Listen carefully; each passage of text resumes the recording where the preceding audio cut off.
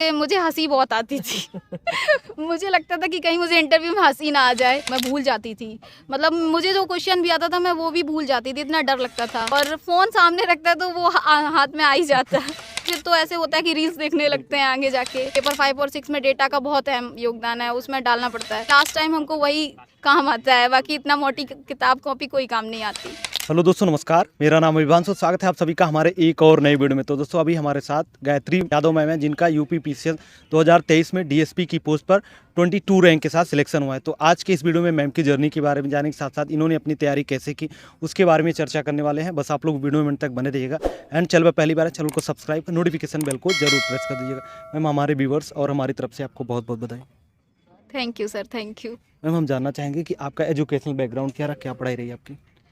मेरा educational background, मैंने BSc किया हुआ है और फिर उसके बाद बीएड किया हुआ है। उसके बाद तैयारी हाँ। के फेज में कब आई आप?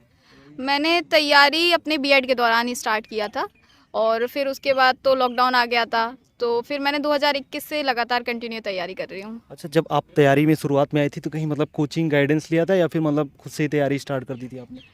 यहाँ मैं आई थी तो उस टाइम मैंने दृष्टि से एडमिशन लिया था, तो प्रयागराज? जी प्रयागराज में। मैं फाउंडेशन 4 की स्टूडेंट हूँ यहाँ की।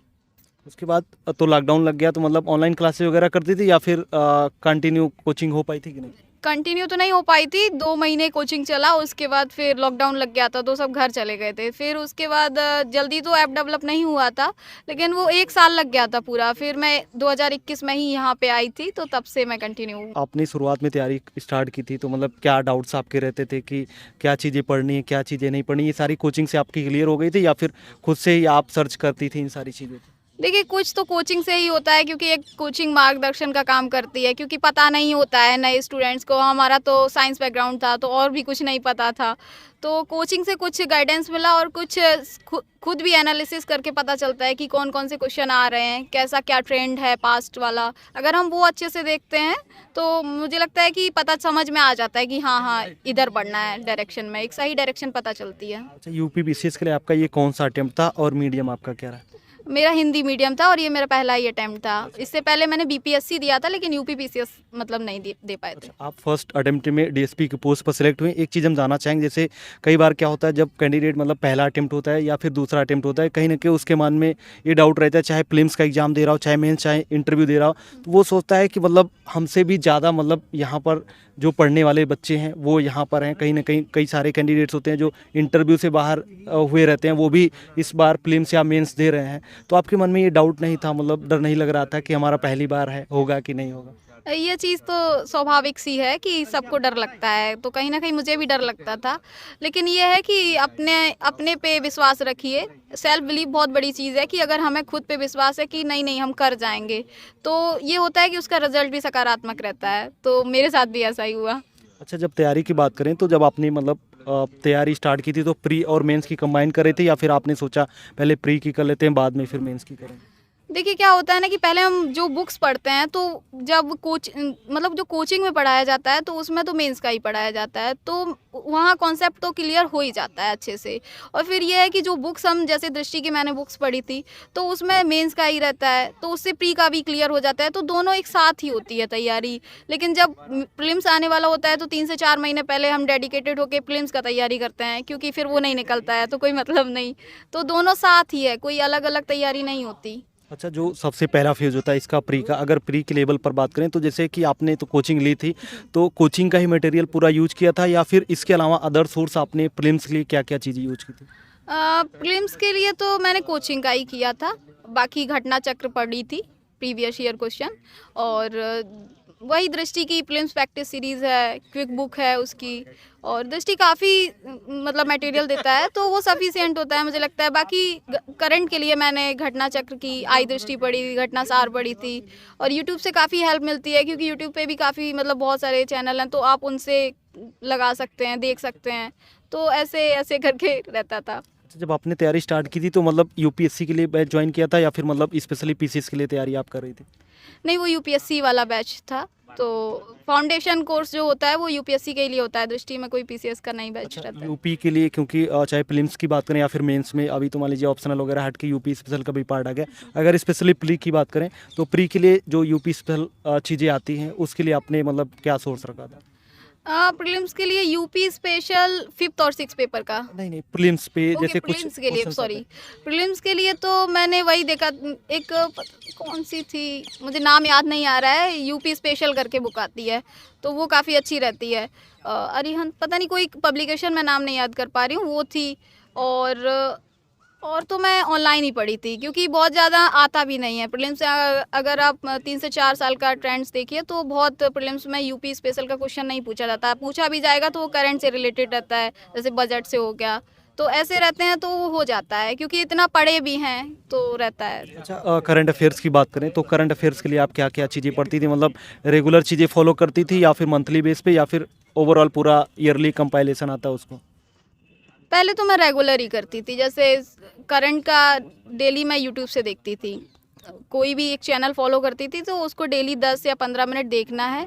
और फिर उसके बाद अवेयरनेस, जैसे न्यूज़ देख लिया, कभी कभी न्यूज़पेपर पढ़ लिया, तो ये सब रहता था। और बाकी फिर तो 6 महीने वाली घटना सार अर्धवार्षिकी आ जाती है, उसको पढ़ लीजिए। 1 महीने पहले आई दृष्टि आती है तो वो पढ़ सकते हैं, तो ये सफिशियंट होता है फिर करंट के लिए तो। अच्छा, जैसे कि जब पेपर वगैरह पढ़ती थी तो मतलब डेली बेस पे फॉलो आप चीज़ें करती थी? इंग्लिश मीडियम वाला पेपर पढ़ती थी या फिर हिंदी मीडियम का कोई पेपर फॉलो करती? देखिए, पेपर डेली नहीं पढ़ते थे, लाइब्रेरी में कभी कभार जैसे कोई पढ़ रहा है तो ठीक है, मैं भी देख ली। कौन सा रहता है जो दैनिक जागरण रहता है, नहीं, जनसत्ता, सॉरी, जनसत्ता, वो देख लेते थे कभी कभार। बहुत नहीं पढ़ते थे हम न्यूज़पेपर, सही बात तो ये है। लेकिन ये है कि हमको डेली जो दृष्टि का करंट अफेयर का आता है, उत्कर्ष का आता है, तो ये सब हमें एक डेली नियमित देखना है। अगर नहीं देखेंगे तो वो छूट जाता है। और फिर जब अगर आप करंट, क्या होता है कि करंट में हमें पता होना चाहिए कि कहाँ कहाँ क्या हो रहा है। अब अगर ये सब पता रहता है तो लास्ट में समराइज होने में बहुत मतलब टाइम नहीं लगता है। हाँ, उसके बाद हम चलते हैं, जैसे सी सेट का पार्ट होता है काफ़ी मतलब कैंडिडेट्स के लिए, जैसे मैथ वगैरह के क्वेश्चंस आते हैं, रीजनिंग के आते हैं, तो मतलब इनमें काफ़ी मतलब करने में दिक्कत होती है। तो आपने इसके लिए सी सेट के लिए क्या चीज़ें की थी? तो मुझे सीसेट में बहुत दिक्कत नहीं हुई थी, क्योंकि मेरा मैथ बैकग्राउंड था, तो मैथ रीजनिंग मेरे से हो जाती थी। और हिंदी भी मुझे अच्छे से आती थी, मैंने आदित्य पब्लिकेशन की बुक पहले ही पढ़ रखी थी जब मैं बीएससी कर रही थी उस टाइम। तो हिंदी और इंग्लिश में पैराग्राफ आता है, हिंदी का आता है, तो वो जब क्वेश्चन हो जाते हैं, संप्रेषण कॉन्सेप्ट पे ज़रूरत ही नहीं पड़ती थी, उतना क्वेश्चन हो जाता था, मुझे सीसेट में नहीं दिक्कत हुई। पासिंग मार्क जी जी, बिल्कुल। उसके बाद चलते हैं मेंस की तरफ। तो मेंस के लिए क्या आपने स्ट्रेटजी फॉलो की थी? एक चीज़ जानना चाहेंगे, जैसे कि आपने कोचिंग में सारी चीज़ें पढ़ी थी, लेकिन कोचिंग के अलावा मेंस के लिए क्या अलग से आपने किया था? देखिए, टॉपर्स की कॉपी देख सकते हैं, जैसे कोचिंग का तो रहता ही है कि जो कोचिंग, लेकिन कोचिंग का इतना मतलब वो रहता है ना, बहुत ज़्यादा लिखवाते हैं, तो लेकिन ज़रूरत बहुत कम की पड़ती है, तो खुद के नोट्स बनाएं और टॉपर्स की कॉपी देखें, उससे जो जो मतलब नया मिले, कुछ भी नया मिले वो अपनी कॉपी में लिखें।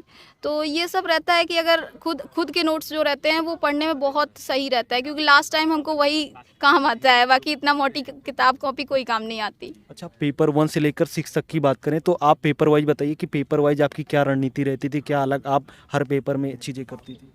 देखिए, पहले पेपर के लिए तो मैंने घटना चक्र से थोड़ा बहुत पढ़ा था, फिर दृष्टि की जो आर्ट एंड कल्चर की बुक है उससे काफ़ी हेल्प मिली थी।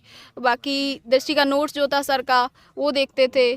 और सेकंड पेपर का है तो सेकंड पेपर का पॉलिटी रहता है, ये सब तो वो हो जाता था, मुझे इजी लगता था सेकंड पेपर। और थर्ड पेपर का तो मैंने ऋषि सर का नोट्स था जो इकॉनमी का, वो यही सब पढ़े थे। और फोर्थ के लिए तो दृष्टि की जो एथिक्स वाली बुक है वो बहुत अच्छी है, तो वो मैंने प्रेफर की थी। उसी एक बुक से पूरा कंप्लीट? हाँ, वो वाली बुक, बाकी और भी 1-2 नोट रहता था, लेकिन ये नहीं है कि एक से ही नहीं होता है, क्योंकि क्या होता है कि एक बुक में एक चीज़ें रहती हैं, बाकी अगर आप और भी देखेंगे, जैसे टॉपर्स की कॉपी देखेंगे तो उससे बहुत आपको एग्जाम्पल मिलेंगे, तो वो सब आप अपने में कर सकते हैं। कुछ जैसे डेटा रहते हैं, डेटा बहुत ज़रूरी है कि अगर आप डेटा डालेंगे तो थोड़ा जो आंसर है उसकी क्वालिटी बढ़ती है, तो बहुत सारे डेटा भी याद करने पड़ते हैं, तो ऐसे करिए तो हो जाता है।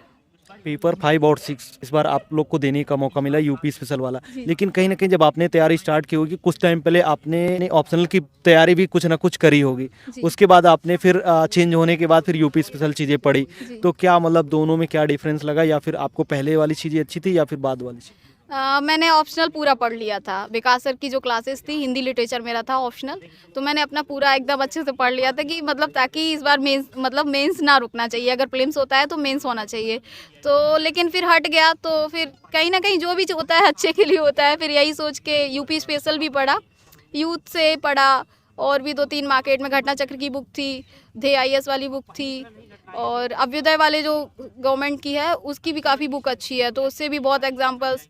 तो ये सब है अपने, और थोड़ा खुद का भी जैसे नोट्स बना लें 2-4 पेज का, कुछ डेटा याद कर लें, क्योंकि पेपर 5 और 6 में डेटा का बहुत अहम योगदान है, उसमें डालना पड़ता है। तो ऐसे मैपिंग सीख लें, तो ये सब चीज़ें रहती हैं। और जो हिंदी का पार्ट होता है, एस्से का होता है, तो उसके लिए आपने क्या चीज़ें करी थी? मतलब कोचिंग में जो चीज़ें कराई गई थी या फिर अलग से आपने कुछ किया था?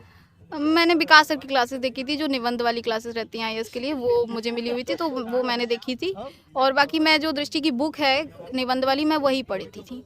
और बाकी जैसे कि जैसे आप लिखें, आपसे जो सीनियर है उनको दिखाएं, तो अगर आप में थोड़ा सा ज़्यादा ऐड ऑन करने, जैसे कि कोई भी कुछ बता रहा है तो उसको तुरंत गैप करना है, देखना है कि हाँ हमारी कमी कहाँ है। तो जब कमी को हम अपने को सुधारते हैं तो मुझे लगता है जल्दी सफलता प्राप्त हो सकती है। अच्छा, इंटरव्यू के लेवल पर बात करें, जैसे इंटरव्यू जाने के पहले मतलब जब आप तैयारी के फेज में थी, तो क्या क्या चीज़ें अपने अंदर आप सुनती थी ये चीज़ हमें बदलाव करना चाहिए ताकि मतलब इंटरव्यू में चीज़ें मतलब सही हो जाए वहाँ पे? जैसे मुझे हंसी बहुत आती थी मुझे लगता था कि कहीं मुझे इंटरव्यू में हंसी ना आ जाए, लेकिन वहाँ इतना नहीं होता है, सीरियसनेस आ जाती है। तब तक 10-15 दिन में ही काफ़ी मतलब आपकी पर्सनालिटी में चेंज देखने को मिलता है। तो यही सब था। बाकी थोड़ा सा मैं नर्वस हो जाती थी। मेरे मॉक इंटरव्यू में आप देखेंगे कि मैं बहुत नर्वस हूँ, मैं भूल जाती थी। मतलब मुझे जो क्वेश्चन भी आता था मैं वो भी भूल जाती थी, इतना डर लगता था। लेकिन ये होता है कि रियल इंटरव्यू में ऐसा कुछ नहीं होता है। रियल में काफ़ी मतलब मुझे बहुत अच्छा एक्सपीरियंस रहा था। वहाँ पे सर, मेरा कल्पराज सर का बोर्ड था, वो बोले भी कि आपका इंटरव्यू बहुत अच्छा हुआ है। तो ये था कि एक मतलब डर निकल गया है कि हाँ। अच्छा, उन छात्रों को क्या आप सलाह देना चाहेंगे जैसे जो तैयारी कर रहे हैं, मान लीजिए फर्स्ट अटेम्प्ट में या फिर मतलब किसी भी अटेम्प्ट पे तैयारी अपनी कर रहे हैं, तो आप क्या सलाह देना चाहेंगे अपने तैयारी के दौरान? मतलब क्या क्या चीज़ें अपने अंदर मतलब कमियां दूर करें या फिर क्या चीज़ें अपने अंदर ऐड ऑन करें कि मतलब इंटरव्यू के टाइम पर कोई दिक्कत ना हो? देखिए, एक चीज़ ये है कि खुद पे विश्वास रखें और दूसरों से सलाह लेते रहें। मतलब सलाह का मतलब ये है कि जो आपसे सीनियर हैं उनसे बातचीत करते रहें, उनसे उनसे चीज़ें जानने की कोशिश करें। क्या होता है कि हम अपने अनुभव से सीखेंगे तो बहुत टाइम लग जाता है, तो दूसरे के अनुभव से सीखना, और अच्छे लोगों के साथ रहें, अपना पीयर ग्रुप अच्छा रहे, जिससे कि डिमोटिवेट कभी फील हो तो वो लोग आपको मोटिवेट करें। तो यही सब चीज़ें हैं। बाकी फैमिली तो है ही, मतलब अपनी फैमिली से लगातार संपर्क में रहें, तो ये सब चीज़ें हैं। और बाकी सोशल मीडिया तो थोड़ा दूर रहना ही होता है। अच्छा, हाँ, सोशल मीडिया के बारे में जानें, क्योंकि आज के टाइम पे क्या है, सोशल मीडिया बहुत ज़्यादा मतलब हावी हो चुका है, क्योंकि बहुत सारी चीज़ें हमें सोशल मीडिया से पढ़ने को भी मिल जाती है। जैसे यूट्यूब की बात करें, बहुत सारे चैनल्स हैं जहाँ पर मतलब जानकारियाँ हमें मिलती रहती हैं, तो उसकी वजह से वो चीज़ें तो फॉलो हो पाता है, लेकिन उसके अलावा भी अदर चीज़ें हम फॉलो करने लगते हैं, तो उससे मतलब कैसे बचा जाए? उससे हम ऐसे ही बच सकते हैं कि जैसे मुझे अपनी एक प्लेलिस्ट बनानी है कि मुझे ये देखना है, तो अगर मुझे सुबह करंट अफेयर देखना है तो मुझे करंट अफेयर देखना है। मतलब एक अपने मन में खुद को भी सेल्फ जो कहते हैं कि खुद को भी डिसिप्लिन में लाना पड़ता है। बाकी फिर तो ऐसे होता है कि रील्स देखने लगते हैं आगे जाके। तो ये है कि खुद को, जैसे हमें 10 मिनट देखना है तो बस देखना है, उसके बाद फ़ोन थोड़ा हटा देना है, और फ़ोन सामने रखता है तो वो हाथ में आ ही जाता है तो यही है कि थोड़ा सा सेल्फ करना चाहिए। अच्छा, हमारे साथ बहुत सारे छात्र जुड़े जो कि कहीं ना कहीं पीसीएस की तैयारी कर रहे हैं, तो उनके लिए आपका कोई सजेशन या सुझाव रहेगा किस तरीके से अपनी तैयारी करना चाहिए? यही है कि लगे रहिए, निरंतर प्रयास करिए, फोकस होके डेडिकेशन के साथ सफलता निश्चित प्राप्त होगी। क्योंकि जब हम लगातार प्रयास करते रहते हैं, असफल भी होते हैं कहीं ना कहीं, लेकिन जब निरंतर प्रयास रहता है तो अपनी कमी पता चलती है, हम कहाँ गलती कर रहे हैं। तो यही है कि फोकस और डेडिकेशन के साथ पढ़ाई करिए, निश्चित ही सफलता प्राप्त होगी। ओके मैम, बहुत बहुत धन्यवाद। Thank you sir. तो दोस्तों, वीडियो कैसा लगा आप लोग को एक बार कमेंट करके जरूर बताना। यदि आप लोग का कोई सजेशन या सुझाव होता है तो अभी आप हमारे कमेंट बॉक्स में कमेंट करके बता सकते हैं। तो चलिए फिर मिलते हैं अपनी नेक्स्ट वीडियो में, तब तक के लिए जय हिंद, वंदे मातरम।